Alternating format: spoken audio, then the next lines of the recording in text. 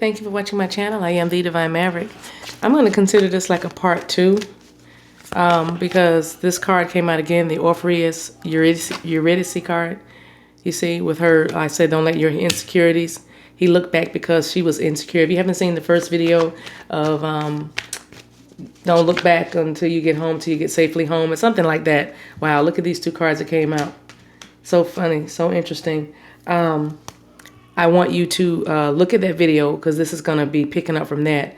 And just as I was in here shuffling, these cards wanted to turn over and come out. But this is what came out as I got prepared for this video. The King of Cups, which if you watch the first video that had this card, you will see that there is a video. In the video, the Tarot deck gives me the King of Cups in the message because I pulled 3 cards from Tarot. And then I'll have the Two of Wands, which is the Two of Staves in this book, but the stave is simply that wand. And I do feel like somebody has been contemplating an offer for a long time because he has something in his hand. It almost looks like the moon. It's a disc. It could be an orb as well, you know. For some reason. And again, we had that music sync of music because that looks like it could be a CD if you just glance at it. And, you know, it's not an orb, but it's like something flat. But with this ivy growing on this stave or this wand, this ivy growing, it lets me know that this has been something that has been contemplating. Somebody's been contemplating walking away from a situation, you know, that maybe gave them stability or gave them some sort of status with the Six of Wands, some sort of victory, you know, being with somebody maybe that needed them or stroked their ego as well. Could be a Leo or could be a Scorpio or a Pisces, but we have the King of Cups here, and you can look on this card. I'm using the Lover's Tarot, the Path of, what is it called? The Lover's Path Tarot. That's how the deck looks. The Lover's Path Tarot. And I suppose this is King Mark. I didn't look him up to see what his story was, but you could be dealing with somebody named Mark because the name is on there, right? But the King of Cups here, it looks like he's thinking about something. I know he's thinking about love because Cups is about love and emotions and processing your emotions. And I do feel like as he's looking at his cup, he is contemplating as well as processing his emotions. He's processing his emotions around how to move forward because the Two of Wands is a card about moving forward. It's a card about, God bless you, boo. It's a card about, my dog sneezed, you guys, sorry. It's a card about mastery. It's a card about new ventures. It's a card about new beginnings. It's a card about transition. It may be even transformation, if you want to say that. It's also, with the Two of Wands, it's a card about partnership. So this king and this is what was under him, the energy that is supporting this king's contemplation. What is he thinking about? Again, new ventures, new beginnings, transitions. Is there anything else I'm missing?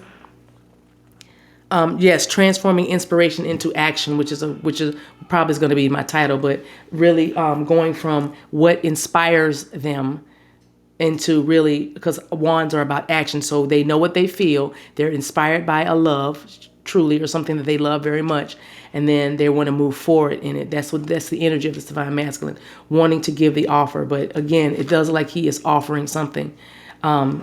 He's offering something. But with the Eight of Cups here and the Six of Wands, it's making me think also that walking away from something that no longer serves or is no longer providing stability. You know, the cups might be full because interestingly, if you look at this card, the cups are not turned over. You see, it's just like the person, she doesn't want those cups anymore. So again, it could be something that's just, it's no longer satisfying.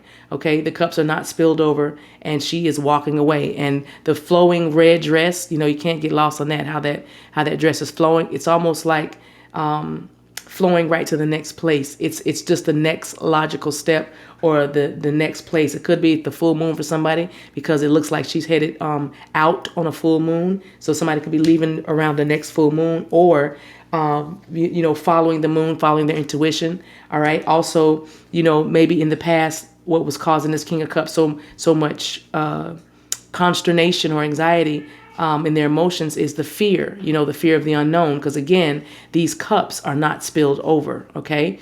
these cups are upright, and I don't know if there's anything in them. It might be all empty cups, and maybe they just appear to us to be full, because traditionally we know that normally these cups are spilled over, right? They're walking away from something that no longer serves them, and like I said, in the traditional deck, as I recall. But these cups are standing tall, but there may not be anything in them, okay? So it looks like it might be something, but it's really not. And that might be what was holding this King of Cups back from making an offer. Something was looking like it could be something, but it really wasn't. You know what I mean? It looked like it might be.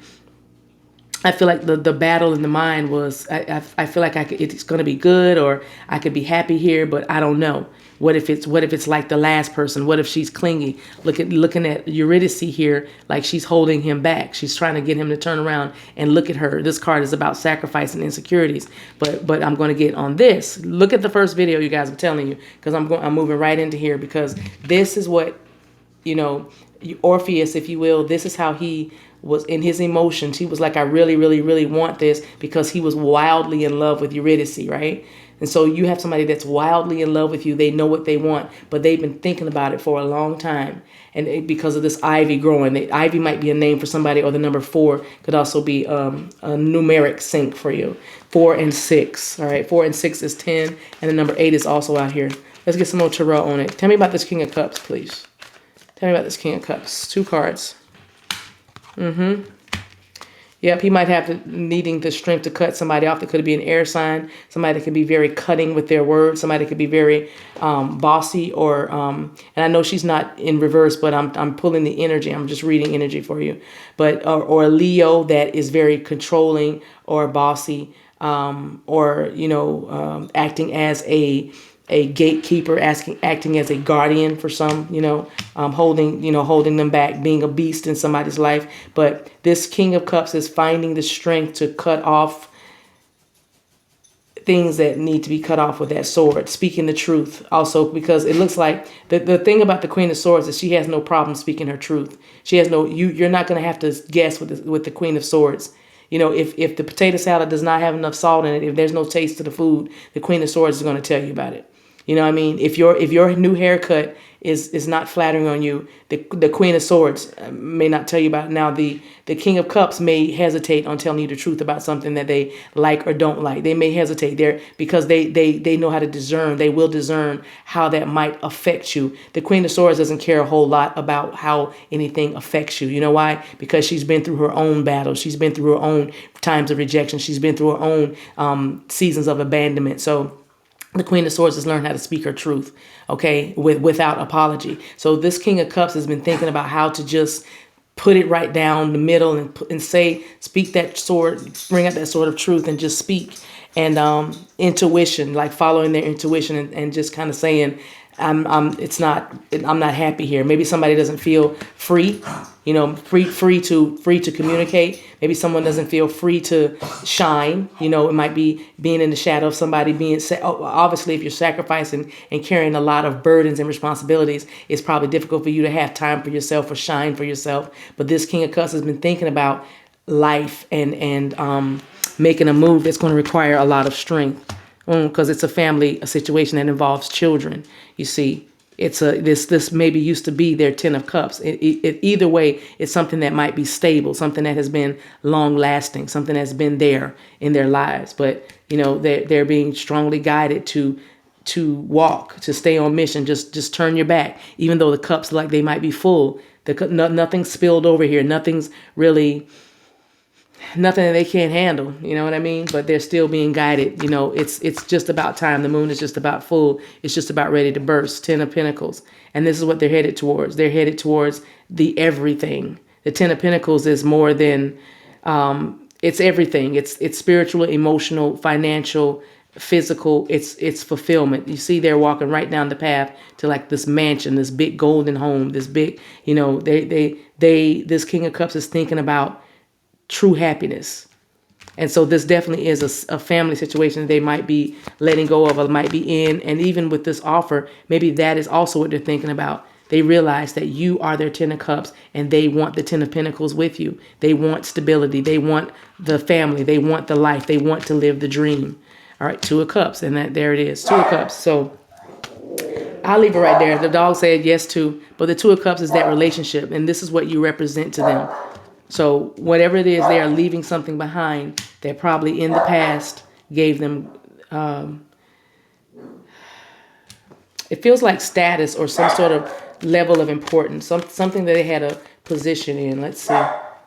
Queen of Pentacles. Yeah, something that was, it could involve money. It could be a business, again, a thriving business or a business arrangement, business dealings with this person.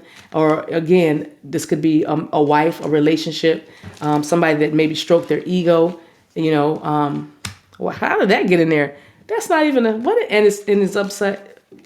What is this? 10 of Wands in reverse. Yeah, they're letting, this is, first of all, y'all, this is a whole different card deck. Y'all see that, but it was in there. I don't know how I got in there, but it was in reverse. Like the 10 of Wands is carrying burdens, you know what I mean? And look at the cup spilled over.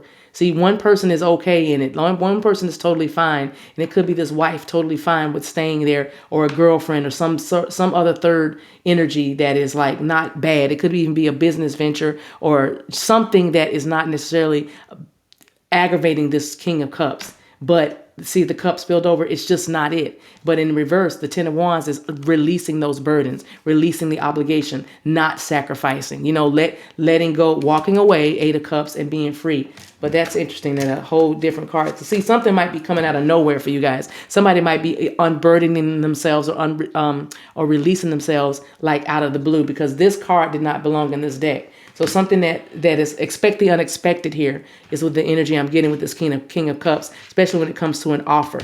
It might be something unexpected or something that's a surprise, but somebody unexpectedly may get free, may be free to travel or free to roam. 3 of Cups, yeah, free to spend some time with you. 3 of Cups is about a celebration. 3 of Cups is also about a news arriving, good news, employment, graduation, you know, just something that's worth celebrating. And what's interesting is she has these 2 cups and they're pouring into a larger cup. And again, it speaks of, for me, partnership.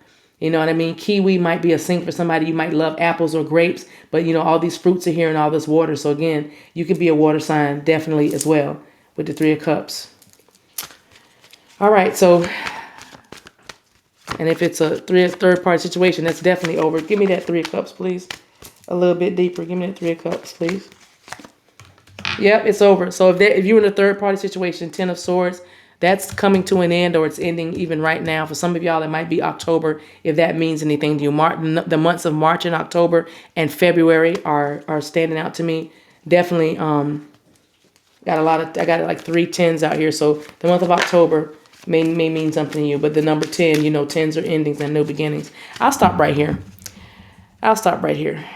But there is, you heard my son scream, he's playing a game, but there is inspiration turning into action here. Boom. Yeah, justice, because it's time. The lessons have been learned, and justice is about learning your lessons and moving on, learning your lessons and balancing out your energy, moving forward, you know, doing what's right.